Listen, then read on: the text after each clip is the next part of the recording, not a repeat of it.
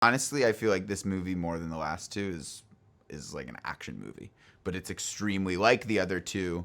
It's extremely character driven and it's emotionally rooted, um, and it asks a lot of really interesting questions. I think about power and leadership and who we allow to govern us and what we allow to govern us. Grindelwald's making moves.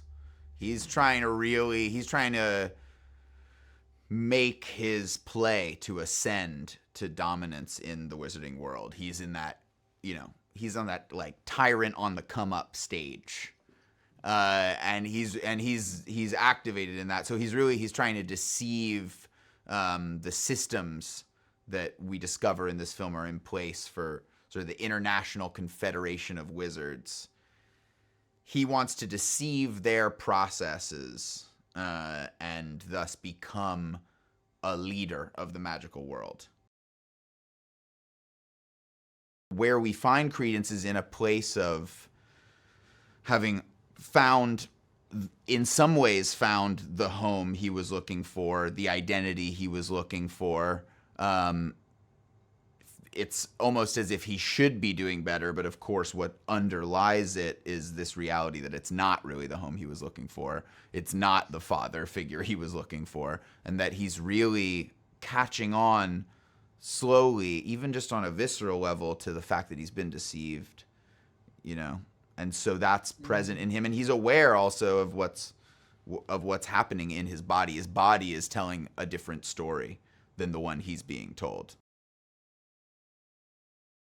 The person who seemed so infallible when we were first interfacing with him as a character, who really occupied this very important part of these sorts of mythological archetypes, which is, he's the sage, and he's the one with this immaculate wisdom, and he seems to have foreknowledge of everything. And when we first meet him, we just are incredibly charmed by him, and we perceive him throughout most of the Potter series to be the person who does know what's going on, who does have a clear moral compass, who's sort of uncomplicated in his wisdom.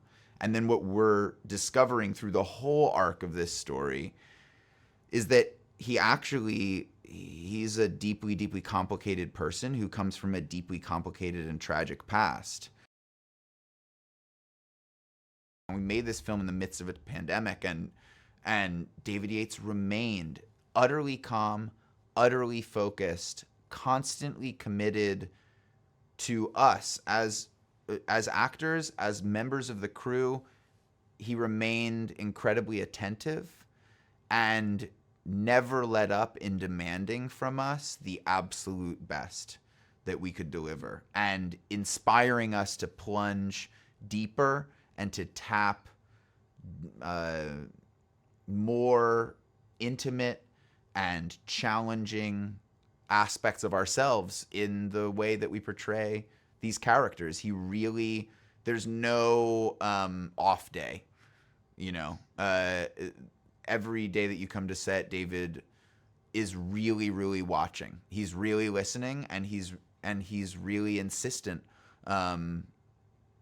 on accomplishing the vision. I've had a really joyful experience with Mads.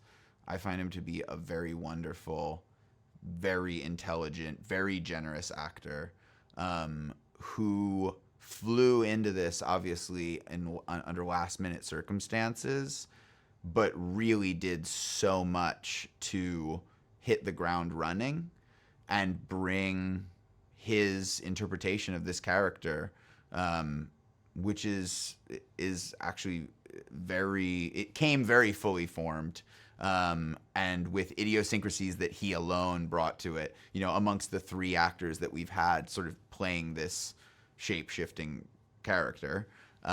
He brought a lot of really unique elements, personal to, and we were all extremely impressed because he somehow cultivated it in a week.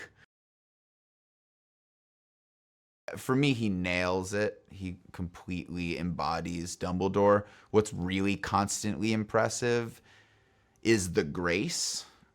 Jude is an actor who proceeds through everything with an incredible amount of grace, and he really brings it full force to the fluidity of Albus's movement and speech and way with words, way with other people. He does that while also showing us the less evolved, more broken, less graceful elements that are, a part of what a younger Dumbledore carries with him. Love is such an important part of these narratives that it almost becomes a character. And we see it as this very tyrannical, beautiful but tyrannical force, as we all know it to be in different capacities in our lives.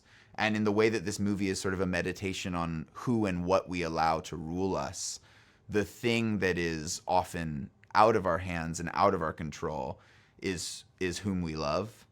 And this biting, cruel reality that whom we love forever. No matter the complexities that exist therein so often. It's complicated to be human, and it's complicated to connect. And love is a force beyond all of us.